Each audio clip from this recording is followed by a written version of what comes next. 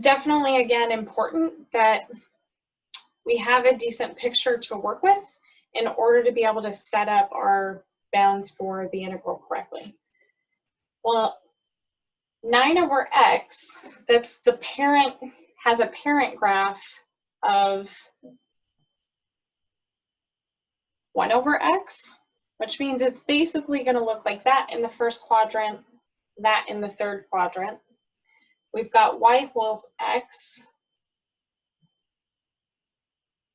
and then y equals 1.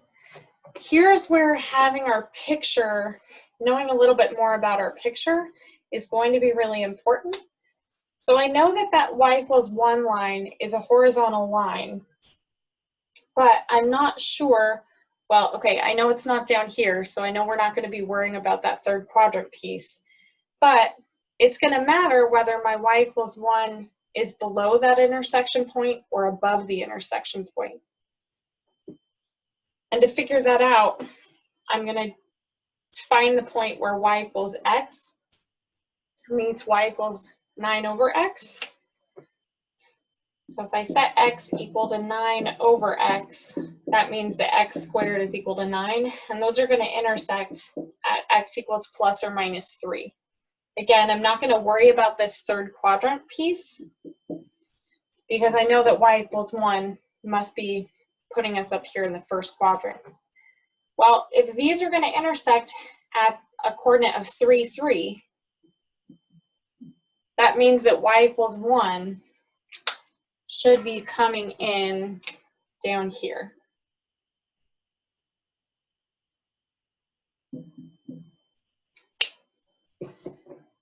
The only region that is going to be bound by those 3 graphs is this little almost triangle in here. Now we have a decision to make about whether to set this up using vertical cross sections or horizontal cross sections. If we choose vertical cross sections, then we must split this into 2 separate integrals. And the reason is that where those 2 lines, those 2 curves intersect, if I'm standing in this region and I look up,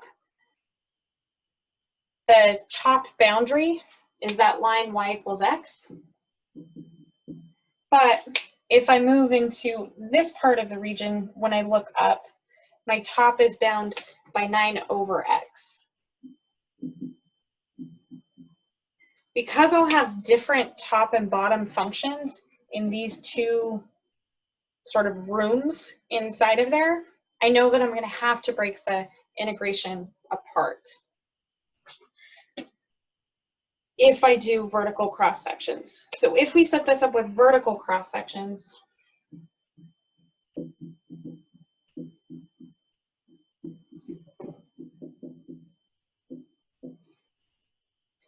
then that first part of the integral, we'll come back and figure out what that intersection point is in just a minute.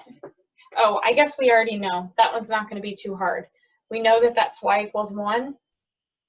So if that's intersecting the line y equals x, that must be an x value of 1. We already found that those 2 intersect at 3, so we've got that point. And then let's come over here and find this one. Well, if y equals 1, then the x value has to be 9 in order to make that equation work as well. So that out there is going to have to be 9. In this region, I know that those limits of integration are going to go from 1 to 3, and then we'll have a top function minus a bottom function. Well, over there, our top function is x, and our bottom function is y equals 1. We're going to add that to this other region. And in here, my cross sections go as far to the left as 3 and as far to the right as 9. So here my integration is going from 3 to 9. The top function there is 9 over x, and the bottom function is a 1. So for vertical cross sections, that's our setup. I also want to do this with horizontal cross sections, but I'll pause in case anyone had a question about what we've done so far.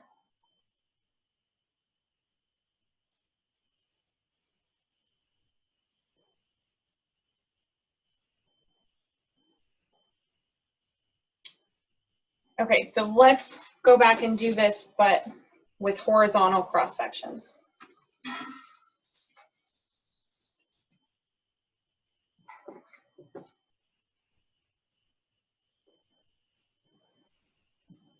Okay.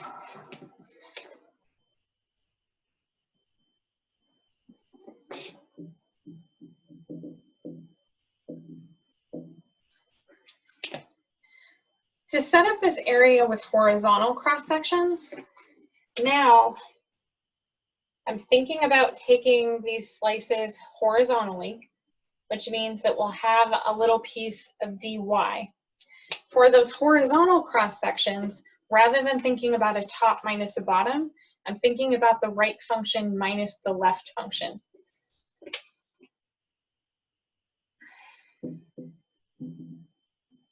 So we'll have a right minus a left. I also know that we'll be integrating this dy because we've got horizontal cross sections. And then these limits of integration, they have to go with y values. So when I'm thinking about slicing up this section, the lowest y value in that little room is y equals 1, and that highest y value is y equals 3, because that's where the two curves intersect. So now I know I'm going from 1 to 3. To get the functions for the right and left hand sides,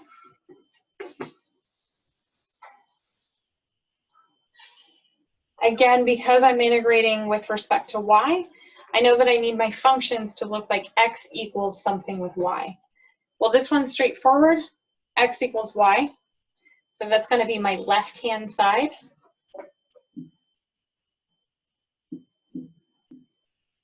And for the right-hand side, if y equals 9 over x, I can multiply both sides by x and have xy is equal to 9, which means y, oops, I wasn't solving for y, solving for x, which means x is 9 over y. And I'd have 9 over y. And with horizontal cross sections, that's it. I just need one integral.